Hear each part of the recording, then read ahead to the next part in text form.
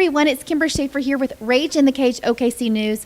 We're hanging out at the weight room, a sponsor for all the Rage in the Cage events, and we couldn't be more excited. Jonathan Macomb, you are on the agenda once again for a Rage in the Cage event, Rage in the Cage 57 this time, going down March 10th at the Oklahoma City Farmers Public Market.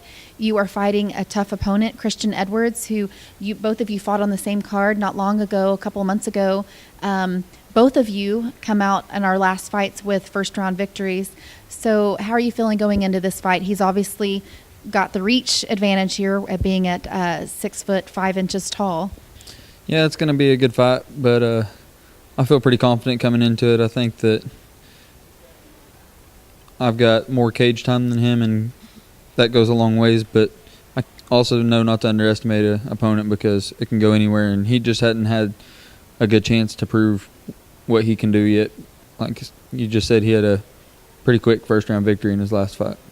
And it's always hard to judge amateurs when that's all you've been able to see is those quick victories, and especially when it's two debut fighters going at it for the first time, and as it was, I believe, in his case.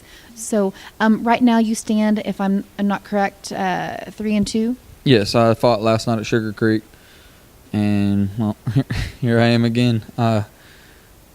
I'm probably the most active amateur fighter, at least in Oklahoma right now. I've debuted in October, and I fought every month since then. Last night I fought Marcel Caldwell. Usually I've been fighting at 185. I jumped up 205 for that fight, and it's a whole different ball game. But I fought a good fight and ended up taking fight of the night last night, so that's good.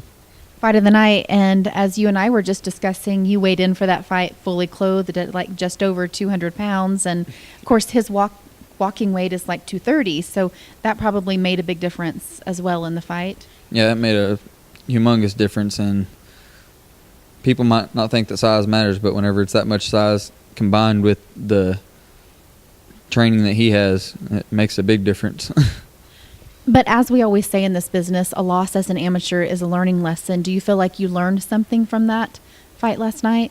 Oh, yeah, it was definitely a good learning experience. I had a blast. I came out of the fight. I mean, even whenever we went to the middle of that cage for the decision, I was smiling from ear to ear. I mean, I had a blast doing the fight.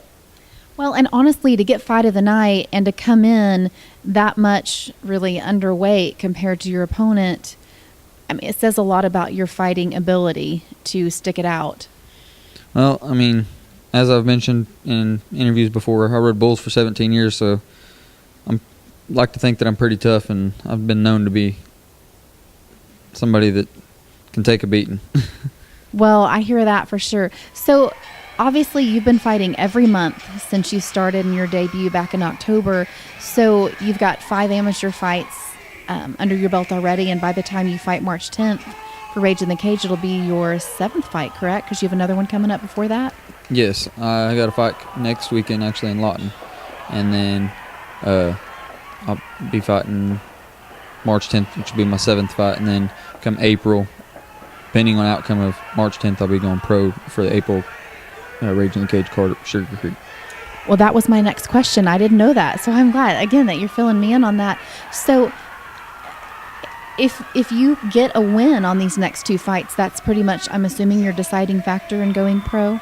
Yeah, that'll decide it all. I mean, this is fun. It's a good experience, but I'm ready to start getting paid for it.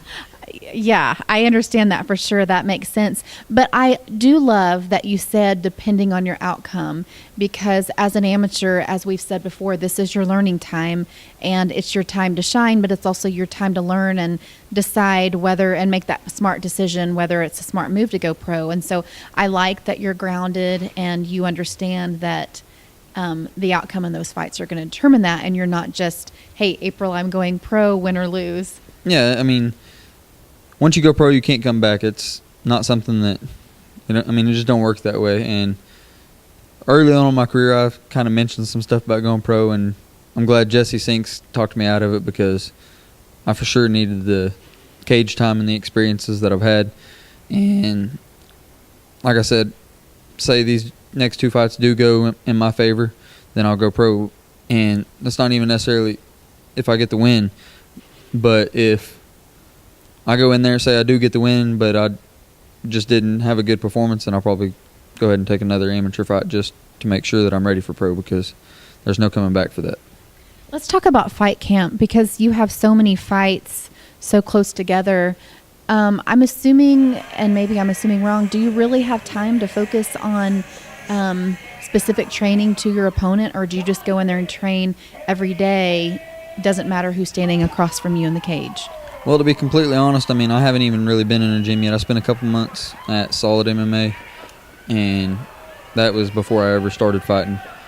But since I've been fighting, I hadn't even really been in training. I mean, I've gone to some open mats, but I haven't, not that I don't have the time, I just haven't made it a priority to make the time to get the training. But this week, I'm starting full-time in the gym. I'll be going to the gym 5 days a week to train, because I know now I'm getting to a point that I can't just go in there and do it on bar fights anymore. Well, I certainly agree. And even when you go pro, I mean, maybe that's, and I don't know whether that's the truth in your case, but for many fighters, it's going pro, that's the financial means to get that training that you need and spend that time in the gym. Yeah, and now it's time that I mean, between now and my next fight, I'm going to work on some sponsors, because I've got 3 little babies. And so most of my money goes there, and I don't feel quite right taking money away from them. So I'm going to try between now and my next fight to get some sponsors to help me out with my training that way, because a person can only go so far on natural born talent. You got to get in the gym, you got to put the effort, you got to blood, sweat, and tears. I mean, it's all got to be done. You can't just go all the way without it. Yeah, I certainly agree with you. I feel like you have such a good head on your shoulders, Jonathan. Obviously, I think being a father has helped in that, having 3 children to take care of. But you know what you need to do to get this done and to make this a reality. And so I really feel like you've got a great plan. And just from seeing your fights thus far, I really think that you have the ability to make it where you need to go. And I don't say those words lightly. I mean, if I were to go back and look at my interviews that I've done for Rage in the Cage over the past 4 years. Now, mind you, 4 years ago, I was a news girl. I had never interviewed an MMA fighter. I didn't know a lot about MMA. But I'm saying this 4 years later, a little bit more experienced. I still feel like I have a lot to learn myself. But I feel like that you've got the tools. You've got a lot that I think it takes. You've got the interview skills, the personality, because I think all of that's important to really take it to where you need to go. It's just that dedication that you have. And I think that really if it all comes together for you, I'll be so proud to be there cheering you on. So I really wish the best for you in each and every one of your fights, and wish the best for you long term. Now, you mentioned you're going to be looking for sponsors. Do you have any shout outs or anything right now before we wrap it up? Yeah, I want to thank Bree Owens Bell Bonding. She's one of my sponsors right now, actually my one and only sponsor right now, and just my family.